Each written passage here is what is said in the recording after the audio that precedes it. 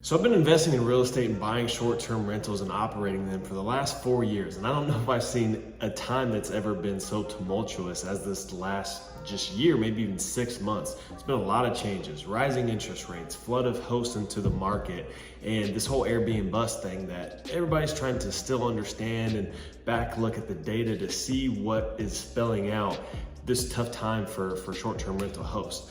So I want to give you guys a breakdown of what I've been seeing, kind of at this 30,000 foot view of running my short-term rental business. You've got 30 employees, do a couple of million in revenue a year. And we've also got two very different markets that we get to pull data in, get guest feedback and experiences from them to see what is playing out in the actual markets that we invested and talking to a lot of investors. So I want to give you guys my top tips and my takeaways from the last 4 years of being a short-term rental investor and seeing how things have progressed specifically in the last year and how we can implement these changes in our business for the better. First up is cleaners, and cleaners are really the make it or break it people for your property or short-term rental business. And they have a simple and repetitive job, so it's easy for them to make small mistakes or just miss stuff that makes a difference to your guests, like hair on the toilet, on the toilet seat, or in the shower, just forgetting to take out the trash.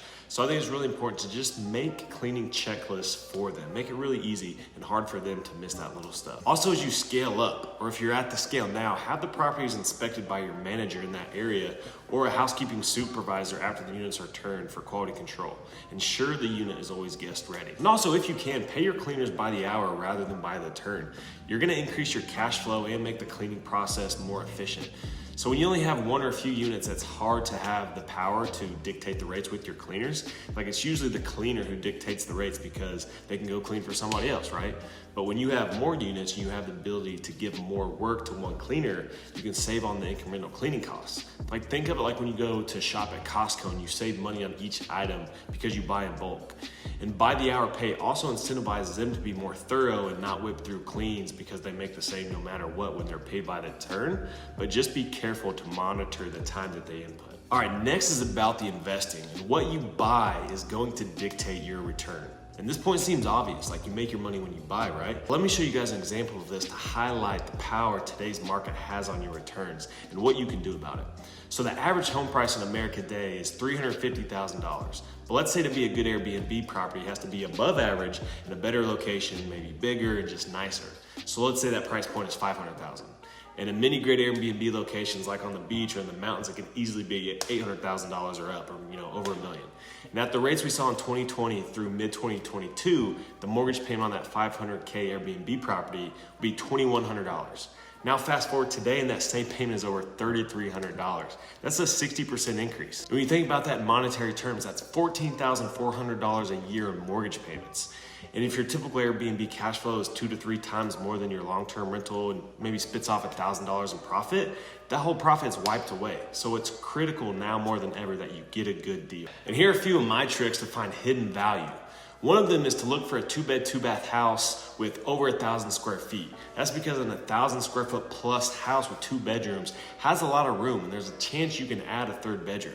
Now, adding that 3rd bedroom will add value when you go and get the property appraised after that renovation, and you'll increase your equity to improve your safety position in the deal, or just refi out and maybe do another deal with that cash, completing the BRRRR process. Now, in this extra bedroom, you'll also be able to add extra beds and sleep more people afterwards, which will get you higher nightly rates and improve your cash flow and your return on that deal. Another one is you can look for places with an extra unit like a mother-in-law suite, a basement apartment, or something like that. So I bought 6 of these now, so great strategy.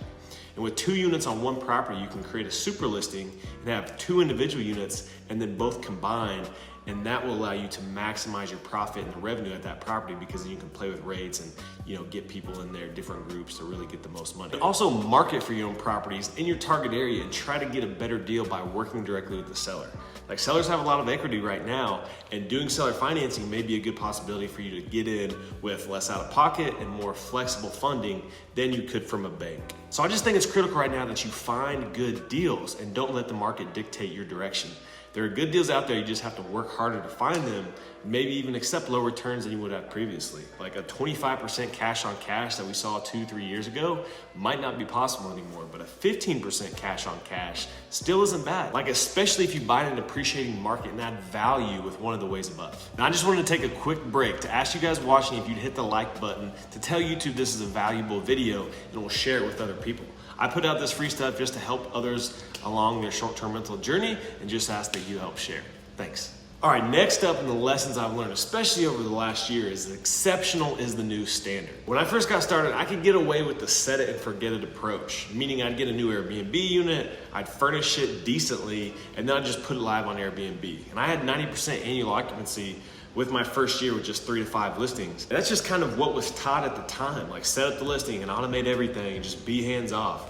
The whole Airbnb is, passive income approach, which we probably don't know is. Well, that started to go away during COVID and then definitely during the post-COVID boom. Everyone expected hospitality to take a multi-year tank because of the coronavirus and the reduced capacity to travel.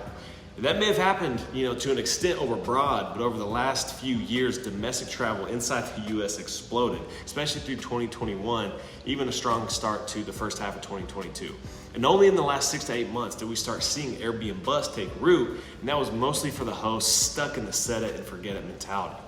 Now, what separates hosts isn't just having slightly better design or being in the right location, but just a myriad of unique factors that brings a lot of creativity to the space and also just snuffs out the stale host.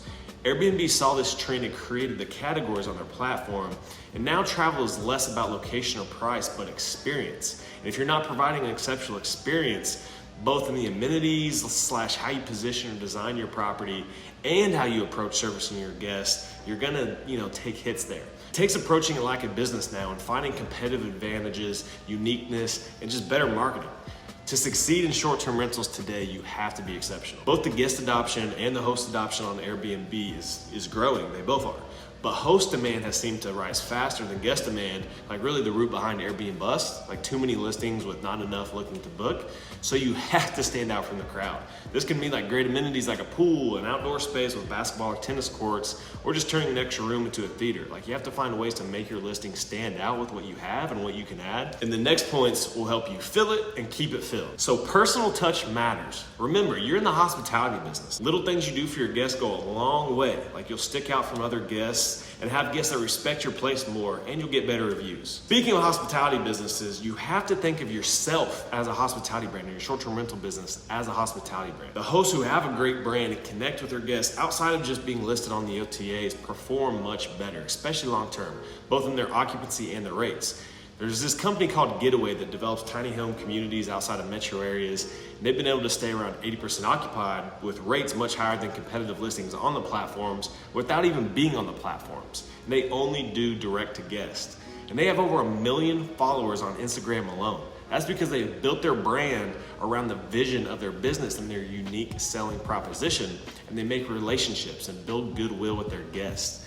Now, I'm not saying to go and list from Airbnb because your bookings will dry up, but do create an actual brand for your business and find ways to convert more OTA bookings into direct bookings through things like email marketing and social media channels. Like what you should do is go look at Getaway's Instagram account and see how they've built their brand identity to cultivate these brand ambassadors for their properties using influencers and paid promotions. It's pretty impressive what they've done. So here's some tools to help build your brand.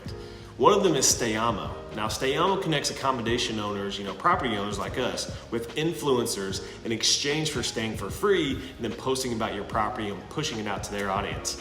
Just be aware, these are travel influencers and their plans change, so it could be kind of like herding cats. Like I connected with 2 sometime last year on the platform and both changed their travel plans, so I've yet to experience the fruits of it, but I've heard good things about the platform. Now another one is StayFi. StayFi is captive Wi-Fi that allows you to build your guest list with everyone that stays at your property, not just the guest who books. So if a group books and they all get on the Wi-Fi, they'll have to input their information to get on the network.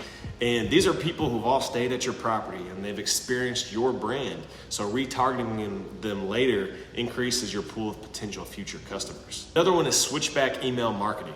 And Switchback is one that we use because it integrates directly with StayFi. So as our guest list builds, it puts them into our email automation.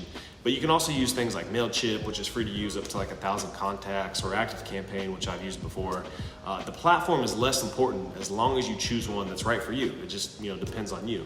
The important thing is the function of capturing emails and then using an email marketing platform to further build your brand with people, like send them promotions and get future bookings by driving them to your direct booking website, where they can get even further into your brand and what you're all about and what you have to offer that is different from everyone else. Another thing you can do is Facebook ads. You can actually use paid traffic with Facebook ads to drive people either to your direct booking website, where you'll have higher margins for your bookings, or to your Airbnb listing to increase your listing's click-through rate, or CTR, which is a big determiner in the algorithm. It's basically the ratio of people that see your listing and then click on it and interact with it.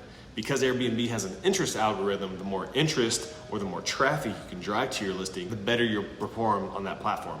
And because Airbnb does the marketing for you, showing up on the first page for their searches in your market is going to be a huge boost for you, both in the nightly rate that you can charge and your occupancy. Basically, more views equals more bookings. So there's a balance with optimizing your direct bookings versus your performance on Airbnb. And I think in an ideal world, you would want to get your direct bookings to a point where they account for the majority of your bookings, and then the majority of the remaining can be concentrated on Airbnb, so you can show up high in search and do well on that platform, which is going to be the biggest OTA. This is an advanced approach that I've learned over the time trying to optimize both channels, and I think that answer lies somewhere between of really maximizing your direct bookings and maximizing your performance on Airbnb.